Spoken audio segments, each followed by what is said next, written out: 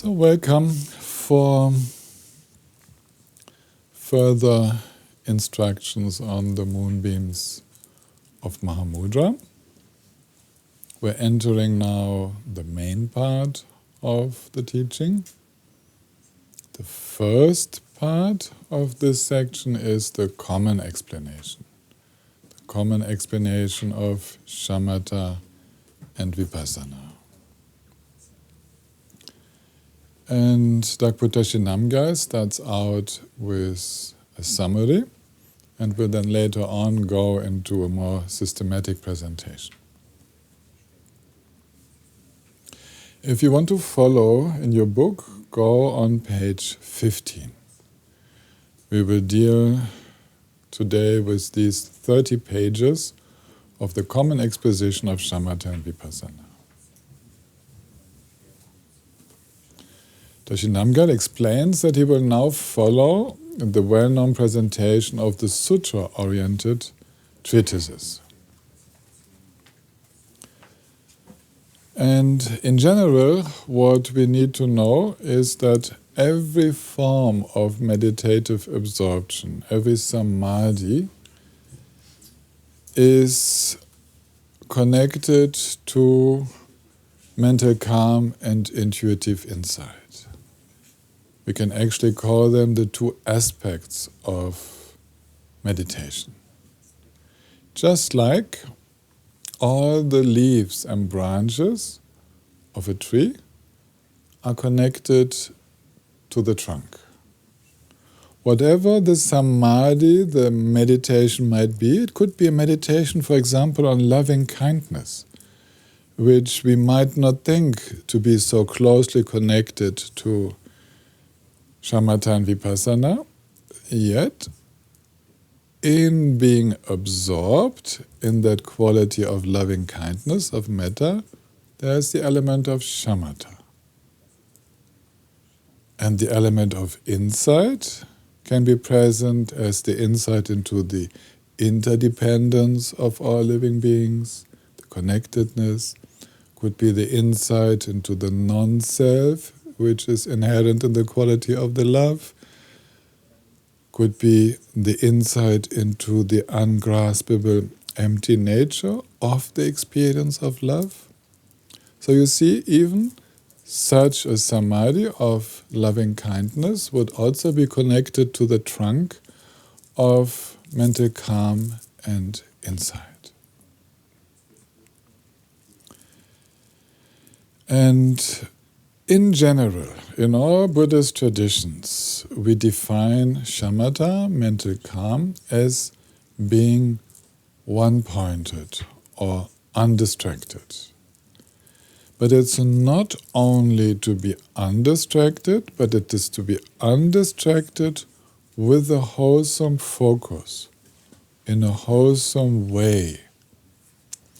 So the content of one's meditation, the focus, must be wholesome.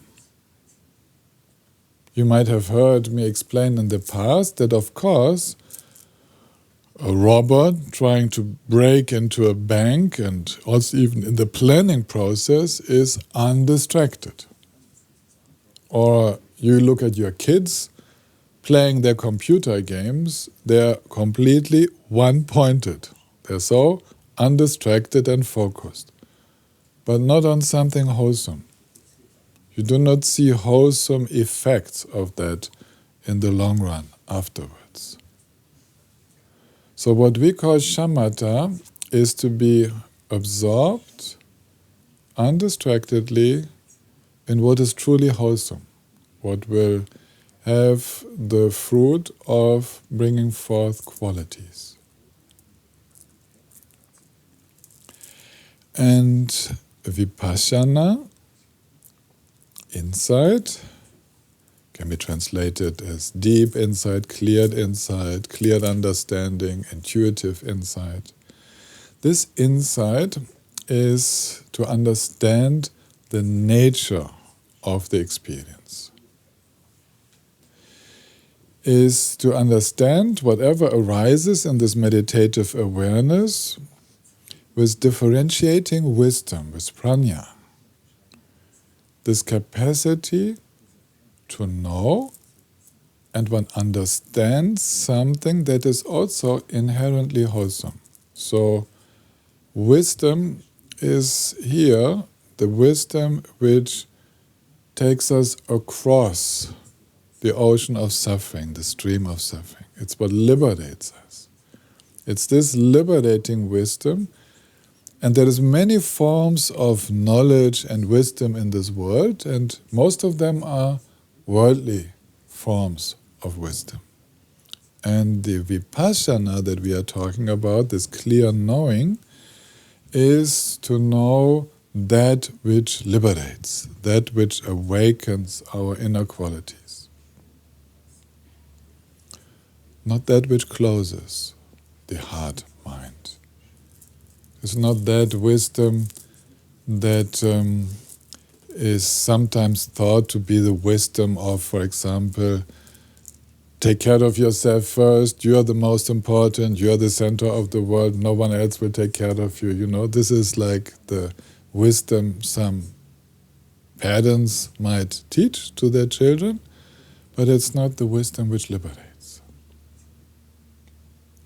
So Shamatha and Vipassana, calm and insight, are this undistractedness plus the insight resulting from it, going along with a clear mind, both in the field of what liberates, what awakens, what is inherently wholesome.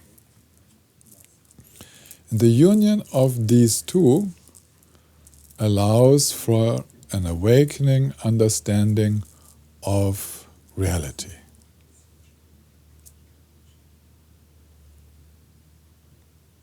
So to this, all Buddhist traditions would agree. This is the basic summary. And I would like to add a word on one-pointedness, this strange term. One-pointed is towards the tip, or in one point, in one tip, and it's the same word as for the summit of a mountain. So in the beginning, one-pointedness might be to something very simple, like breathing in and breathing out. But then, to develop a deeper liberating effect, one goes to the fact of the impermanence, the continuously changing process of the experience of breathing in and out. And then the one-pointedness, the summit gets higher and higher, it becomes more and more meaningful. One can go to the experience of no one being there, breathing in, breathing out, and so on. One can actually see that what we call the undistractedness or the one-pointedness takes a deeper and deeper focus until the nature of reality itself is in the focus, is in the center of our awareness. Focus does not mean to be pointed. It means to be within what is most important, what we decide is most important. I go back to the example of metta meditation, of loving kindness. Loving kindness is a vast feeling, and to be focused in loving kindness or on loving kindness means to have a broad, wide mind, all pervasive, opening up in all directions, throughout all times and all directions of the universe. So the focus here is to be undistractedly abiding in the wide, broad mind of loving kindness. Focus does not mean that it has to be sharp. Here it means to be undistracted. And that's why it is in some way you can say it's sharp, because it is clear. Following this introduction, then Lakota Namgyal comes to the more systematic presentation, which is on page 17 of the book.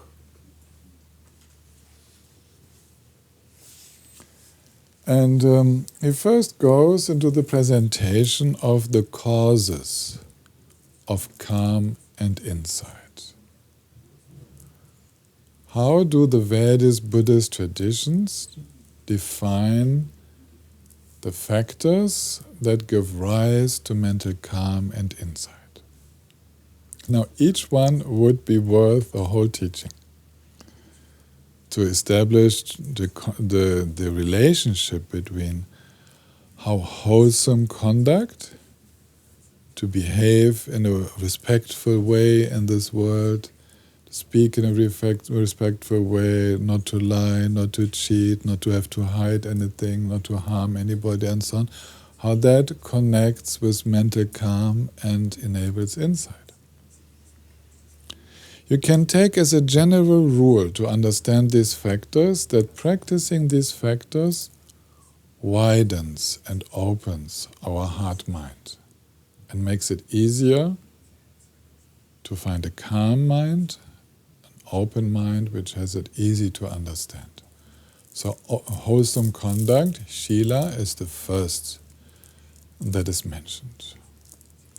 Also, to have a pure view, a view that is not interested in establishing one's own self-dominance, but tries to understand. So it's a view that liberates itself from fixed standpoints, ready to learn something new.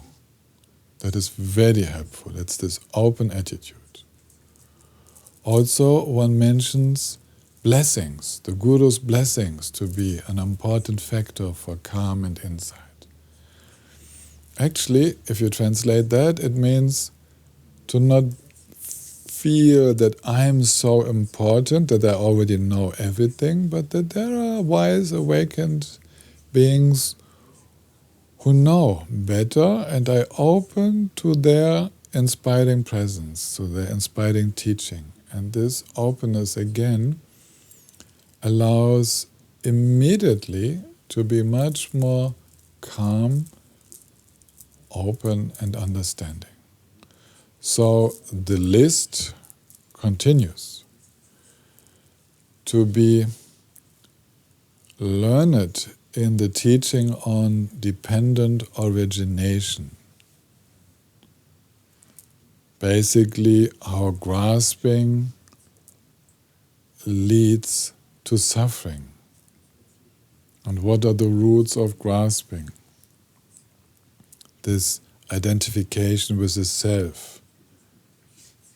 This helps very much to relax in the meditation. Because one remembers the teaching and says, yeah, right now I feel tense, I feel stress. That must be because I'm grasping. And then one looks, where is the grasping, and tries to relax that. So it helps a lot. It opens the mind. Gathering the accumulations of positive force and awareness also helps. The more a person is positively active in their life, with positive, wholesome states of mind, altruistic states of mind, for example, also forgiveness, generosity, and so on, all of that creates a background where it becomes very easy to meditate. And the more all through our lives we are actually engaged in cultivating awareness. So here awareness means a receptivity, opening into being there without creating a center. This is this timeless awareness. So that effort, this accumulation of many moments of positiveness and awareness, this helps a lot to meditate. Meditation will then even not feel different from what one does, for example, when listening to a person that has a problem, wants to talk with us. We will be in that positivity of the heart, that openness of our being. And when the person walks out, meditation just continues. It has the same quality. Also, if one has already purified one's veils, one's obscurations a lot, that helps. Now, purifying veils includes always reflecting on where my self-importance was dominating over the wish to open up, to love, where I play myself into the foreground, where I'm opinionated, where I cling to my standpoints, where I live with the feeling I know it all better, to look into that and to let go of these attitudes, to open up for something deeper and more subtle than these very obvious tendencies. Purifying veils always includes a conscious working with emotions and letting them go. A conscious working with identifications and opening up to a non-identified way of being. Then also, simple factors contribute to calm and insight, like staying in a conducive place where we are not triggered too much, not pulled out into distraction.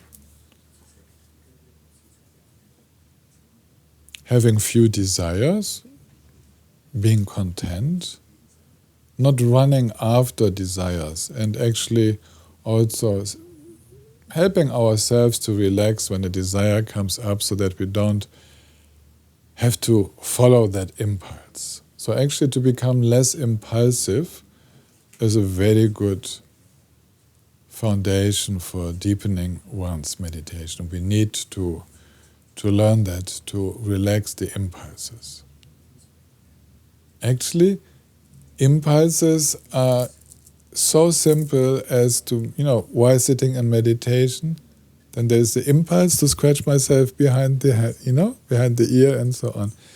That's why some meditation traditions, they insist on relax that impulse. This impulse to scratch is symbolic of the impulse to take the telephone and talk to a friend. Is the impulse to go and work in the garden. And anything, could be anything. Learn how to relax the impulses. And the easiest is to learn it with physical impulses. One learns to let go. The emotional impulses, communicative impulses, need that same letting go, but a little bit more difficult to learn. They are more subtle, and because sometimes it really makes sense to communicate, one needs to differentiate a little bit. So, in general, reducing activities to a degree where we become more and more aware is very helpful. To relinquish all forms of attachment and aversion. Wherever attachment and aversion are strong, it's good to become aware of that and open up, not to get what we are so attached to, and to experience what we have a certain aversion to open up to that. It's the beginning of equanimity. Equanimity is very helpful for calm and insight. Also, one of the causes of Śamatha and Vipaśyanā is to rely upon awakened beings. Those people who have gone the way before us, and to trust them and to follow their advice.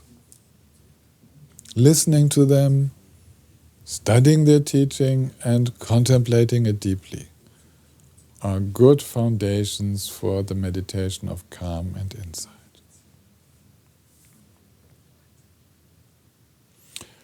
So then the second point that Dakputashi Namgyal explains is how to eliminate veils, or also called obscurations, that cloud Shamatha and Vipassana. So what are we talking about? Basically, we can summarize all obscurations into what makes the mind dull and what agitates the mind, what makes it very like flitting, very active, not able to stay focused. In both states, dullness and agitation, it's difficult to understand something. Dullness, we don't see clear. It includes drowsiness, sluggishness, sleepiness, and so on. It does not stay, it's not clear enough to properly see and then understand. And in agitation, mind is clear, but does not stay long enough to truly understand. So it's going all over, in all directions. The associations are so many that there is no prolonged focus on something that allows for a deeper, you can say, a deeper knowing of anything. So here the list of the obscurations includes also remorse, feeling guilty, feeling ashamed. Not the remorse or shame due to really regretting something harmful, but this is the neurotic aspect of shame, guilt, and remorse, which is a very low self-esteem. Always thinking, I'm no good, I'm bad, I can't do it, and this is like a major obstacle to developing a relaxed mind. Relaxed mind and meditation, you can almost say it's synonymous. True meditation arises when the mind opens up, relaxes, but without becoming drowsy, without becoming sleepy, without wandering anywhere. It's just relaxing into the present experience. So also doubts are included in the obstacles to meditation. Now here, doubts is not critical thinking, like this interested mind that wants to know, which can have doubts and wants to know. Actually, this creative doubt can be a major motor for meditation. Like, I wonder if that's true, and I will test it out. I have a certain amount of doubt, and I want to know whether what is taught in the Dharma, what the teacher has said yesterday, for example, I want to know if it's true. So that's very helpful and will help to clarify the question. The doubt that one is talking here about as an obstacle is, first of all, a doubt in one's own capacity to understand, and it is doubting one's own experience. It's a doubt which has become a personality trait. We are, without knowing, identified with doubting. We have a difficulty to arrive at certainty because certainty we fear. If we were clear and certain, it would compel us to change our life. If we knew really that grasping leads to suffering, and this in almost all cases, we would need to abandon grasping. So we prefer to install permanently doubt, which says, well, yes, not so good, but somehow quite, I don't want to abandon it. So we jump. Doubt makes a little jump in one's observation and quickly introduces a question where actually we have already seen how it is. And we still want to stay as we were, so the doubt in the teaching, in what the Awakened One says, makes us stay the same person. So a person with doubt, doubting the insights coming from meditation, will not progress. It's what we call the saboteur. It's what sabotages, what undermines our spiritual progress. It's a very big factor. And such people are difficult to guide because they do not trust their own experiences and insights. To progress in meditation, we need to build on our experience, which has led to a certain insight, and we progress from there on. We build on that. We continue from one insight to the next, and it always, one enhances the previous one, and it becomes bigger and larger, and so there should not be this element of destroying always and doubting of what we have already lived. And then, of course, pleasure-seeking, being so much more preoccupied with pleasures than with awakening is a hindrance. Or malice, a malevolent mind, is, of course, a mind so much intent on harming that one will not be able to relax in meditation. And in general, all these different factors, they can be summarized as distraction. A distracted mind, for whatever reason, is a mind which is sidetracked. We talk about distraction when we have decided ourselves, now I will contemplate, for example, the changing, impermanent nature of phenomena. And I will do this with the help of the breathing process and the changing nature of all sensations, all sensory appearances. And then we start out.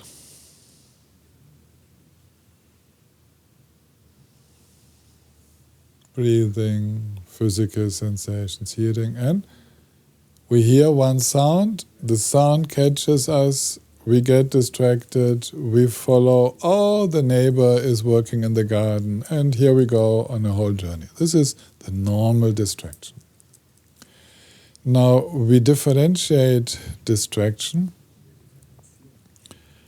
in terms of external or internal distraction, having to do with inner processes or outer processes. In general, distraction is most of the time related to characteristics. This is a technical term. Distraction related to characteristics. I will explain it for the men and the women. You have a particular type of man which you like, or a particular type of woman which you like. Could be the black, brown-eyed one, could be the blonde, blue-eyed one. These characteristics, the certain forms and so on, our mind perceives a characteristic without knowing more and is immediately drawn to that trigger point. So we are not actually drawn to the whole person, we are drawn to characteristics which attract our attention. Okay, for example, I might be distracted by my candles burning on the shrine. And actually I say candles, but it's the flickering of the lamp and then the characteristic of the light being too high and flickering. This characteristic of the candle actually leads to the distraction. And the zooming in on characteristics is at the same time also how we solidify objects. Because it has that characteristic, for example, a characteristic which I like, then there is attachment. And because it has that characteristic, which I don't like, there is aversion. Because I have that characteristic which I like, I enter into pride. Because I don't have something typical and characteristic that I would like, I'm jealous. You understand? It's always the entrance door to distraction and to the emotion is what we call clinging to characteristics. So we learn in meditation not to cling to characteristics. This does not mean that we don't perceive them, but we do not invest characteristics with that importance and with that belief in true existence. So a man looks like that, okay, woman looks like that, okay, but the characteristics that normally would create attachment or aversion, I'm able to relax them and I can begin to perceive the whole person. So relaxing the attachment to characteristics relaxes the attention and opens up to the possibility to perceive more. That's the general advice for all meditation processes. Not to get caught with the obvious distracting characteristic, but then to see all the other aspects of the situation and to move on into experiencing the nature of that experience. The self-liberating nature. We will come to that later. So, this distraction to characteristics is also often related to the typical distraction due to kleshas, these propensities, these tendencies of our mind to interpret any sensory experience coming through the outer senses or perceived from within as a thought, to interpret that with emotional glasses, our emotional way of seeing the world. Me, with my biography, I love that, I hate that, I am like that, and so on. So this is also the basic nature of becoming distracted. Someone who learns to meditate in a non-distracted way has necessarily relaxed some part of this clinging. This emotional interpretation and clinging to characteristics must have relaxed. Otherwise, there is no calm coming, because the mind would always be interpreting, like it usually does. So you can also do it the other way around.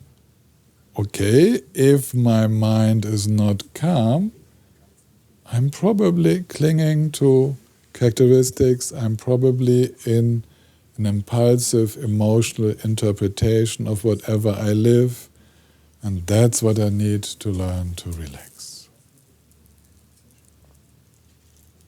Also, there are other factors which are obscurations, veils or hindrances, like laziness, forgetfulness, forgetting what I set out to meditate, non-exertion, not making the right effort, and excessive application. This is the over-exertion, to do too much, to want too much to have a calm mind and to develop insight. That will agitate the mind, or it will create additional drowsiness. So these veils, these obstacles, are eliminated through skillfully directing one's attention. This is like the key sentence here. What do we do? What is the one common quality of all remedies for difficulties in meditation? It is to know how to skillfully direct my attention. Where do I put the focus now? Where do I direct my awareness now? So these remedies to eliminate obstacles, they can be very precise, because one directs the attention in the area where there is a lack. If I see a mind is distracted by pride, I direct the attention into the same wish for happiness, the sameness, the similarity of myself and other beings, or how the true qualities arise without my doing anything. And so the skillful direction of one's attention balances and dissolves, in the end, the tendency that distracts and closes the mind. So, for example, developing trust, faith, is very helpful in general to overcome hindrances. To remember one's deeper motivation is very helpful. Right effort, not too much, not too little. And the great quality of suppleness, of flexibility.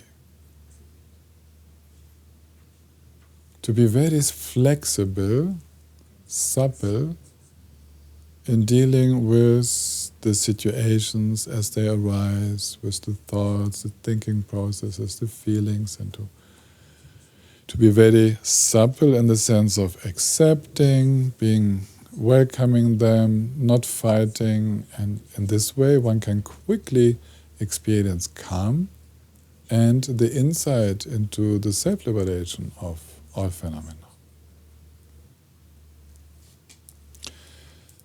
The basic qualities are mindfulness and alertness.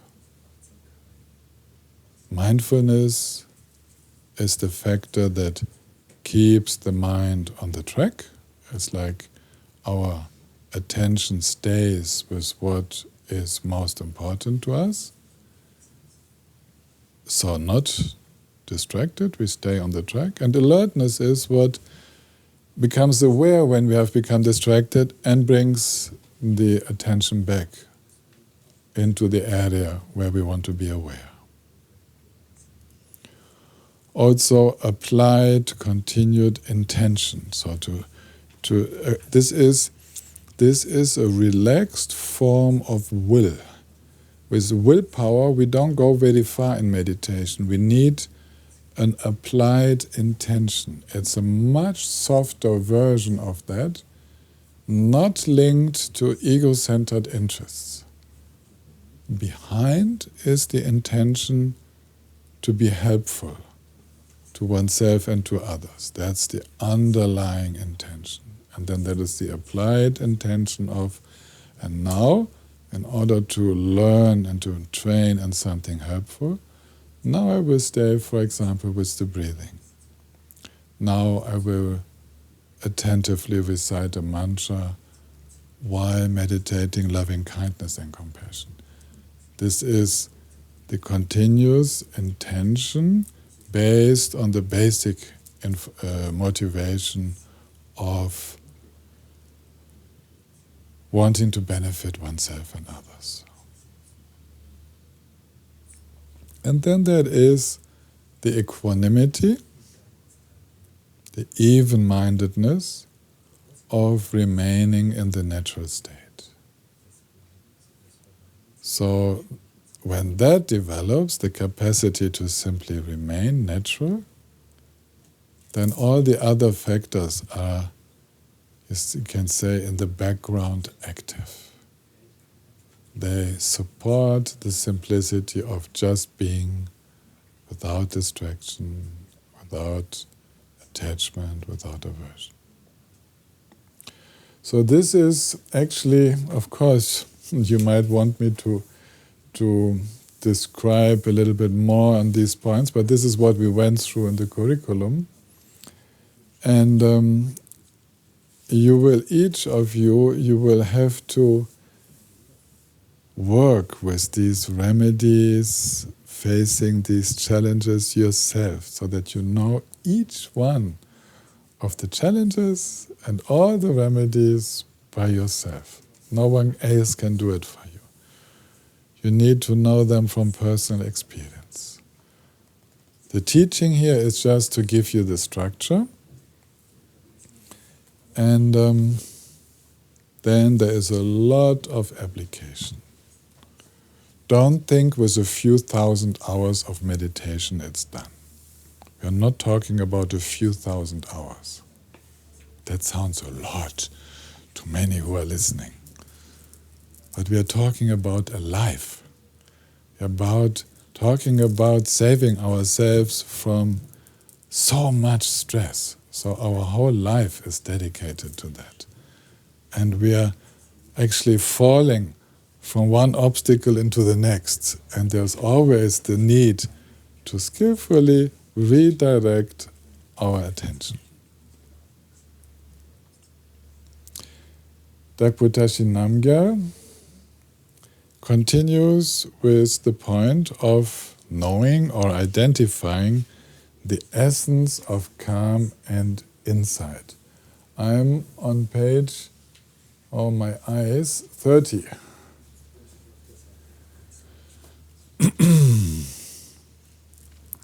And why would he include this point? Actually, the reason is I have to know why I'm practicing. And if I don't know what is the essence of calm abiding and intuitive insight, I just don't know what to come back to. I need to know where I want to go with my practice. So, it's easily defined. We did it already. I need to know that the path to awakening includes the capacity to be able to remain undistractedly.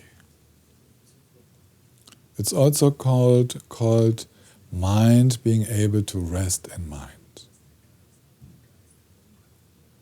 So the understanding of shamatha, calm abiding, is that there seems to be a need, if I listen to the awakened ones, to develop that capacity to be without being obliged to do anything, to think anything, to be active, to be always running in all directions like a monkey. So, becoming free from the monkey life means to develop the capacity to let the mind rest in itself. This is calm abiding. And this alone is no liberation. I need to deeply understand phenomena. I need to understand reality. This is insight. So, whatever meditation I do, the essence is to come in a relaxed, calm presence, even if it is in the middle of an emotional upheaval, but the inner state is one of calmly experiencing and seeing and knowing, understanding. And for this, we can use everything as a support. There are non-conceptual supports and conceptual supports. Now, here the term non-conceptual support is not taken so strictly. For example, if we practice calm abiding, we can place a visual object in front of ourselves, and we would not go now into conceptually saying, well, these are roses in a bowl and so on. No, it's simply an anchor, a focus point for our visual awareness, and with the visual consciousness, the rest of mind also has a certain focus, and without thinking about the object, we abide there. This is called a non-conceptual focus. Now, this is very conducive to shamatha practice, to calm abiding. And for insight, we sometimes use conceptual help. These are the typical insight questions. Like, for example, who is meditating? You don't have an answer. It's not, the idea is not to have an answer. It's like the question, the conceptual basis, directs the awareness in an area of inquiry. Inquiry here means openness to what appears. Who is meditating? And then, after the conceptual moment of inwardly asking that question, there comes the non-conceptual process of abiding in the not knowing, not finding, or the clarity of clearly not finding anyone. This would be the insight arising. Conceptual would also be, for example, to meditate on the statue of a Buddha. You can meditate on a Buddha, like here, Buddha Vajradhara, and conceptually go through the form and meditate on the union of compassion and wisdom and so on. Yeah, we can first have this conceptual representation that all the 6 transcendent qualities, the paramitas, are present in that, and this is the conceptual starting point. And then from there, because of the qualities triggered, then we stay in the non-conceptual awareness of just how it is when these qualities are activated. So the essence of calm and insight is to be undistracted and to understand. And we have non-conceptual supports which are not using a verbalized way of stimulating us, and a conceptual support which has a thinking process connected to it, which is skillfully opening us up to new understandings.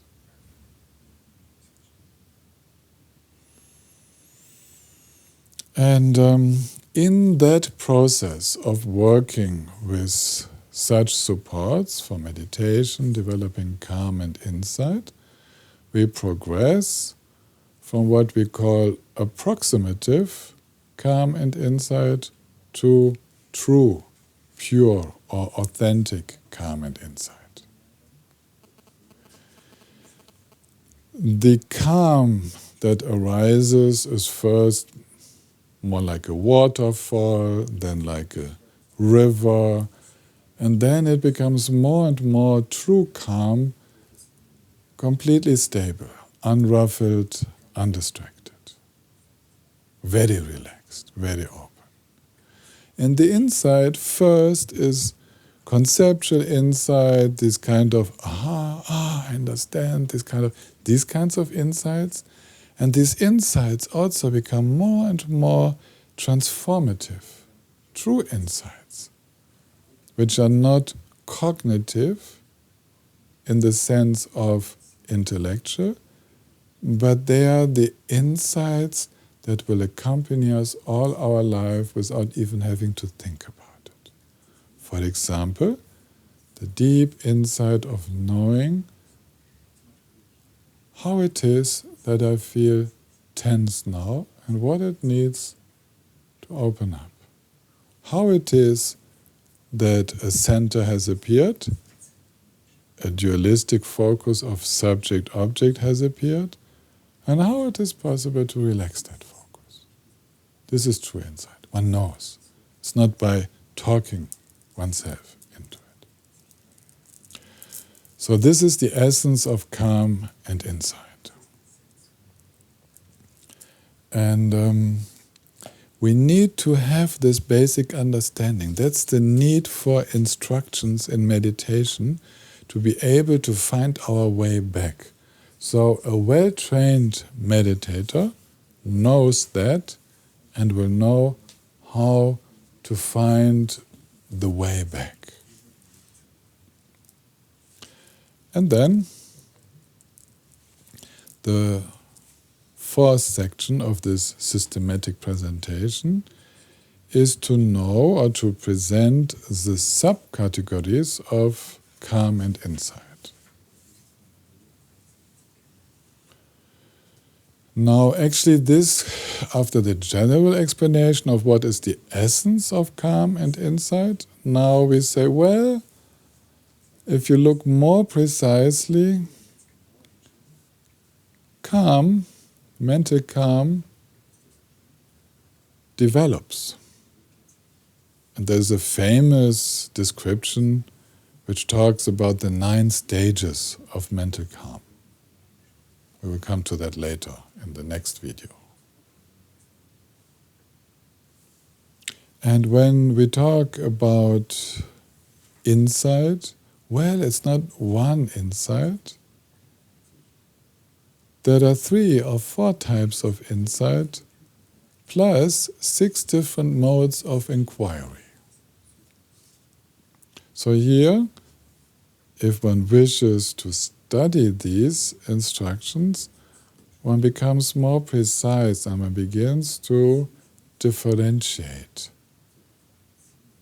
and see that not all insight processes are the same, that there is a difference between a superficial mental calm and deeper mental calm and very deep mental calm. Yeah, one begins to understand.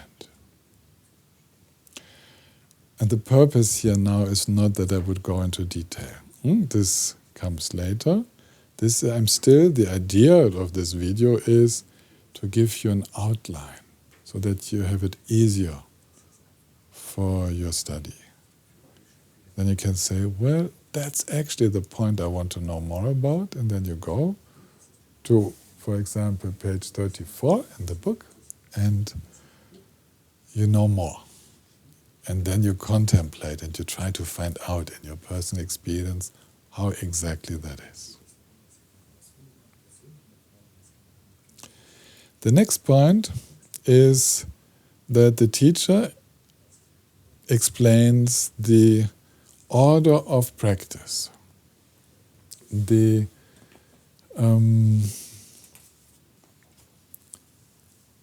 question needs to be clarified, well, how is it? Do we start with the calm? Do we start with insight? Well, look, mental calm supports insight. Clarity of mind makes for understanding. When there is insight, there is less clinging, so insight enhances mental calm. And Dakpotashinanga finishes this chapter with quotes from the sutras and from other teachers that one should cultivate insight right from the beginning. That one should not make the mistake to think first I have to become kind of perfect in shamatha, in mental calm, and then I will switch to investigate reality.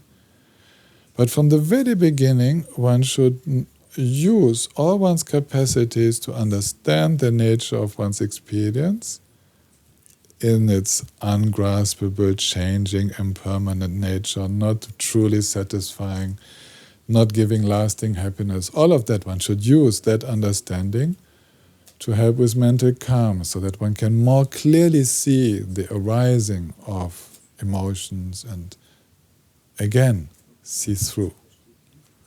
So, concerning the order, contemplate the nature of your experience while, from the beginning, you develop mental calm. And do not separate the two which belong together. And this is already a very important point for him, because here he says, actually, so many teachers in the world, they separate the two, like not teaching insight meditation to those who first have to learn shine, shamatha, mental calm. It's a common thing to hear in Buddhist circles, which is a gross mistake. And he quotes from texts accepted by all traditions. Listen, this was not the intention of the Buddha, nor of very revered masters by all traditions. Okay? So let's keep that in mind. And from the very first breathing in and breathing out cycle, let's be aware of impermanence. That's what it means to join mental calm and insight.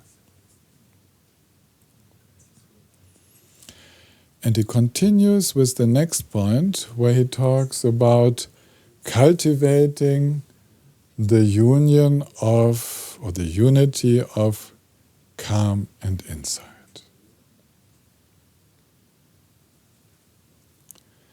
Since insight is unstable without calm,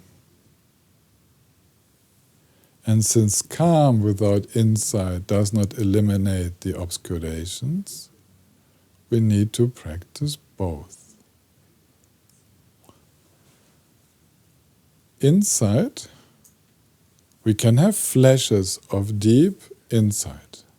They can happen to anybody. Anybody in this world can have moments of understanding reality. When that moment, when that situation is over, a person without a trained mind does not know how to get there. The insight is like a memory then, like an inaccessible memory. But if someone has learned the practice of shamatha, that means this person has learned how to relax the mind and how to remain just so, mind resting in itself. And from there, it is so easy to relax further into that openness and insight that one has already experienced. And only then it remains fresh inside. Insight has to be fresh, it has to be a lived experience. Otherwise, we are like missionaries running around talking about the experience of God that we have had 20 years ago. No, we want to have the living experience of God now. That's awakening. Always from the now and knowing how to enter that. And this is no mystery to someone who has learned to relax through mental calm. Practice of shamatha, relaxation. Now, what use is it to have a very relaxed mind if there's no insight? One could go off into the jhanas. Imagine, it has happened to some of people I know, that the husband, the wife, goes off into deep meditations.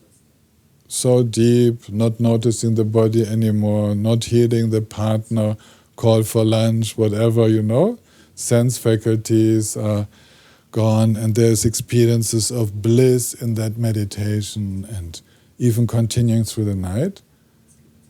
But coming back into the normal situation, interactive situation, they're so frustrated, the meditators themselves are so frustrated, that all the emotions come back. It was like a temporary gap, an experience of mental calm, but seemingly it has not generated the insight into the nature of clinging to self, the nature of how emotions arise, the nature of sensory appearances triggering emotions and so on, so that when they come back into the normal triggering world, they're just as before. And it's very frustrating.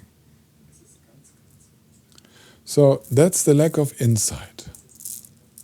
The mental calm is like a gap, not creating the insight that would liberate from the entanglement with emotions and would liberate from stress and suffering.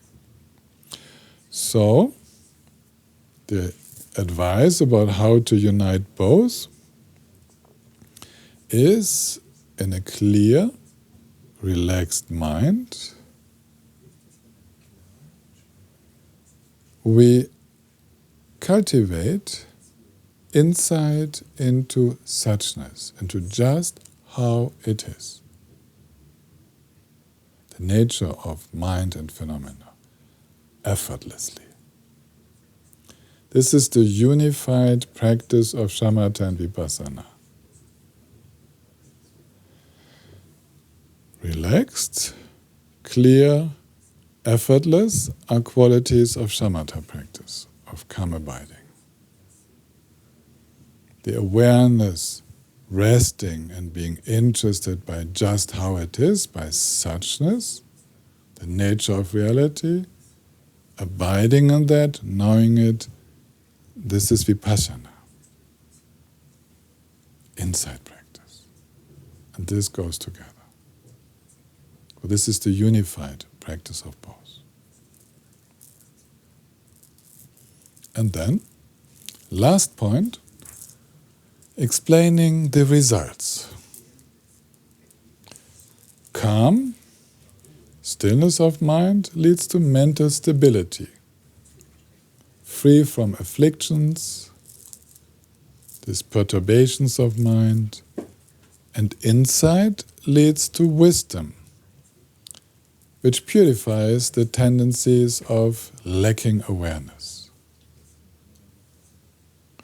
So, mental calm, Śamatha takes us out of the storm of the emotions, the afflictions, the kleshas.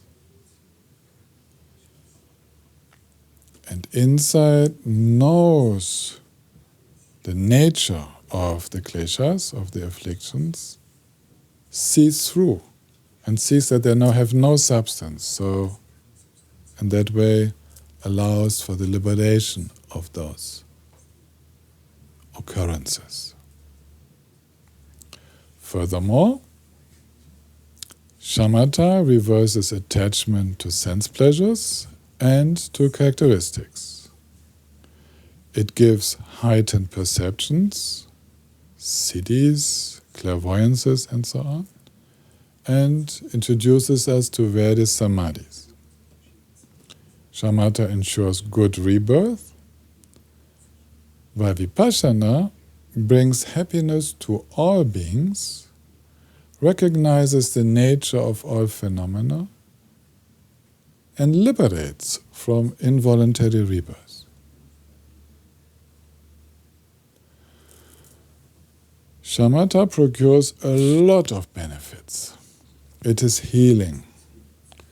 The energies flow freely, and Śamatha gives a lot of personal benefits, but without insight, we are not truly able to help others.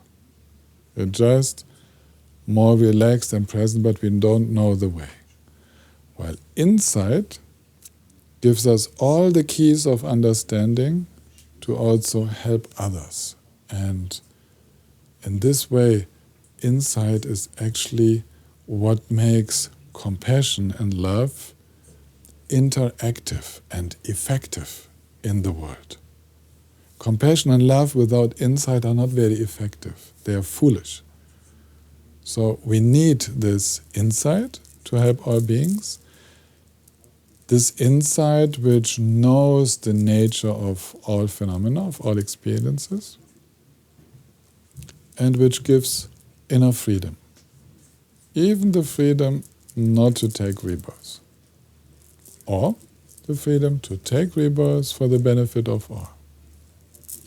And together, Śamatha and Vipaśyanā, they lead into complete awakening. That's how complete freedom and awakening are realized.